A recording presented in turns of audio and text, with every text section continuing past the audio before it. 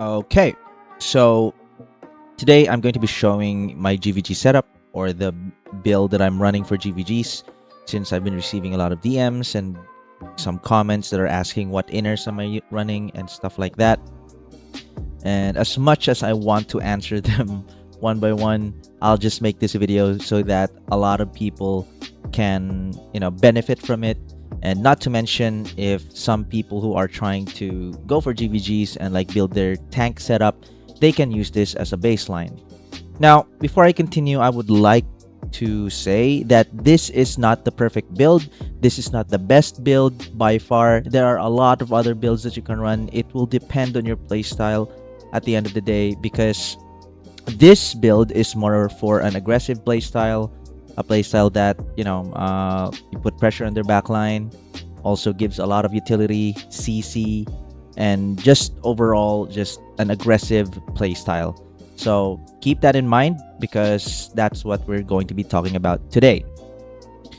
Okay, so for my inner ways, it's not really fixed.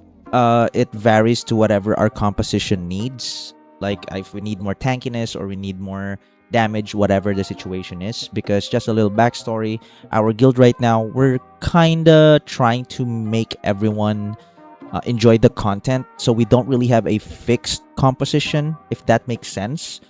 Because we're trying to keep it fun, make not gatekeep it to people who are quote-unquote good at GvGs. So yeah, for my standard, I would say this is it. I run Wildfire Surge, Light Anew, Heart of Fire, Light and Shadow alike. So this is the Bruiser approach, where whenever we do a bomb, whenever we go all in, Moblade ults, Twin Blade ults, most likely this build would be really good for diving onto their backlines, like on their Nameless, their healers, or whatever. This would apply pressure because you would be dealing a lot of damage. Well, I say a lot, but it's kind of a mediocre damage.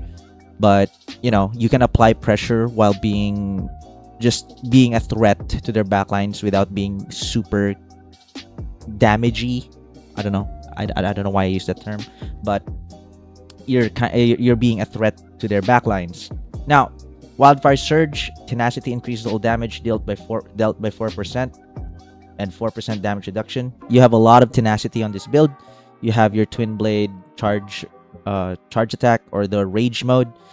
Although I forget it most of the time. This is more like guaranteed during your Twin Blade ult. It also has decent attributes. So basically, you have life steal, damage reduction, and increased damage dealt. Light Anew. Now, Light Anew, this is more of a utility inner way. This is really, really good, especially for Moblade users when you Moblade ult. Since you're attacking or hitting 2 or more enemies, Candlelight reduces their movement speed, but it also increases damage taken by 2%. Now, that damage amp is really good if you're trying to go for a wipe or for a for kills, because it reduces their resistance to your damage. Now, it stacks up to 5 times, so that's 10%. Realistically speaking, you might want to have another guy using this just to keep their stuff up, or to keep this debuff up. This is tier 5. Realistically, you would want it at tier 4 is already enough. Tier 6 would be really good. Right now I'm farming for it, because if you don't have this on T4, you need to hit 3 enemies. 3 enemies, yes, 3 enemies. You have to hit 3 enemies.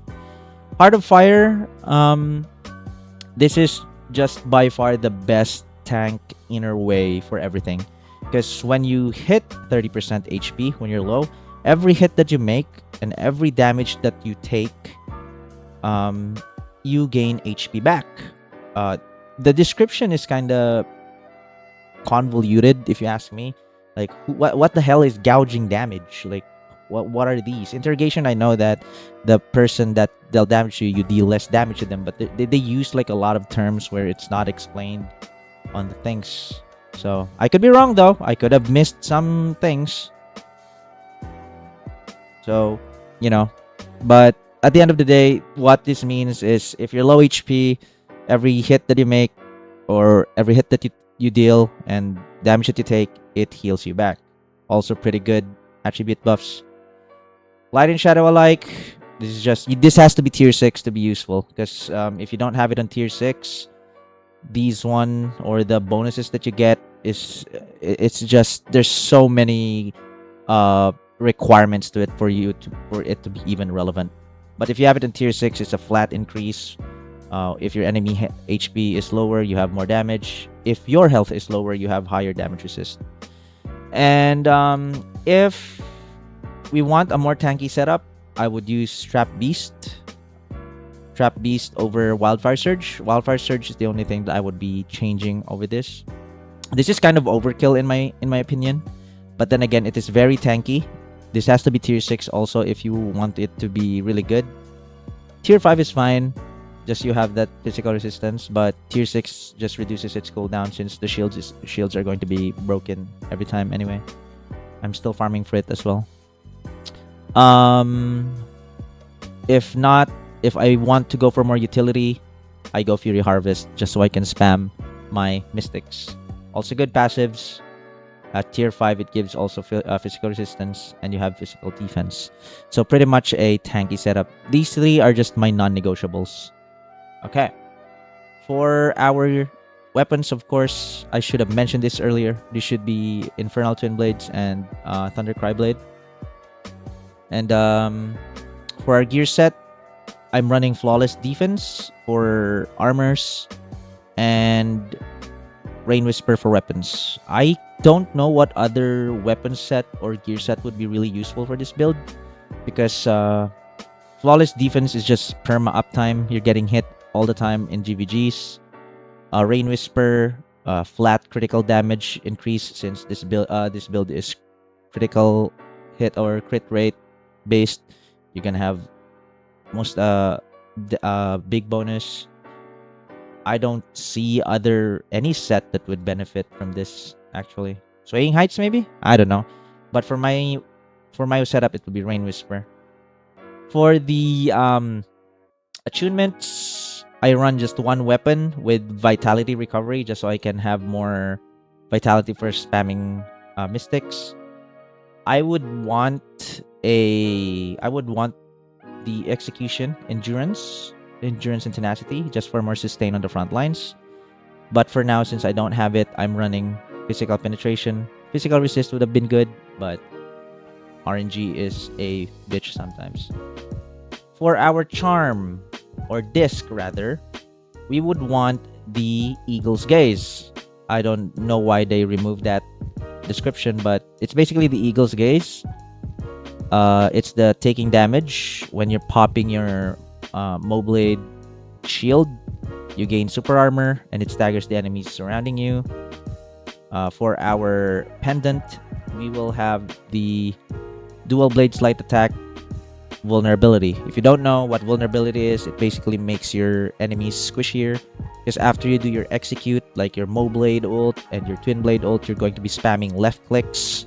So if you're spamming left clicks, you're applying vulnerability to those enemies if they're not blocking or parrying. And for our armors, this is kind of a non-negotiable, that when you serene, you want that extra tenacity for 2.8 seconds, so you will have more running leeway or even repositioning leeway, and you can counter bomb or whatever you want to do, because it makes the game so unplayable if you don't have this. It's just so annoying. For our chest plate, I'm running the 35% martial arts damage. They changed this this last patch. From the previous patch, this was kind of useless because it was just resistant to martial art, which is basically the first skill of all weapons. In GvGs, realistically, you don't really, take damage from that. But now that they changed it, that all damage from martial art sources, so I'm assuming that the sword waves come from martial art as well. So I could be wrong again. If someone knows the deeper information for martial art damage, then that would be welcome. You could share it in the comment section down below. And for our arm, or our bracers. Actually, this will depend on you, but for me, I'm just running the empowered light attack damage boost just for a little bit of damage there. I'm not really running the deflect bonuses because I don't really deflect on GvGs. I'm on I'm on autopilot most of the time, so sometimes I can't really what do you call this, react to whatever the enemy's doing in front of me. So I'm just really just going with the flow, or I'm on muscle memory 90% of the time.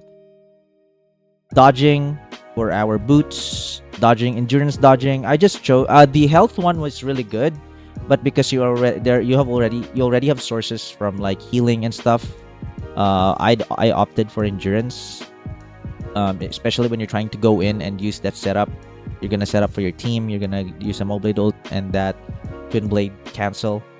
You need your endurance for that, so sometimes this is kind of useful. Sometimes, because you can't really control, because they have like a 5-second cooldown, you know.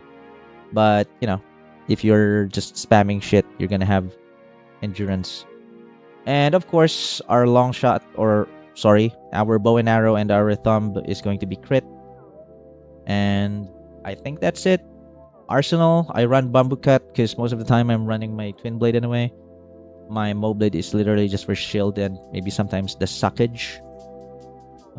Mystics. Okay, for Mystics, I am running the standard. I would say this is standard.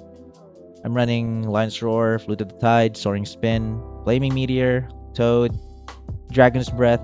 I would change something here for Golden Body maybe, or Ghostly Steps. For Tower Face, I just want to have Flute just because it's free damage. Maybe on Goose Face, I would probably change this to Ghostly Steps. I don't know. I'm still experimenting, but this is my current setup. And I think that is it. Yeah, I think that's it. I hope you guys found something useful here. And if you are new to GvGs, you could use that as a baseline. But then again, if you guys have experimented and stuff and found that some things are more effective, that would also be welcome. But for everyone who's asking what I'm running, this is what I'm running. And again, thanks for watching. I'll see you guys in the next one.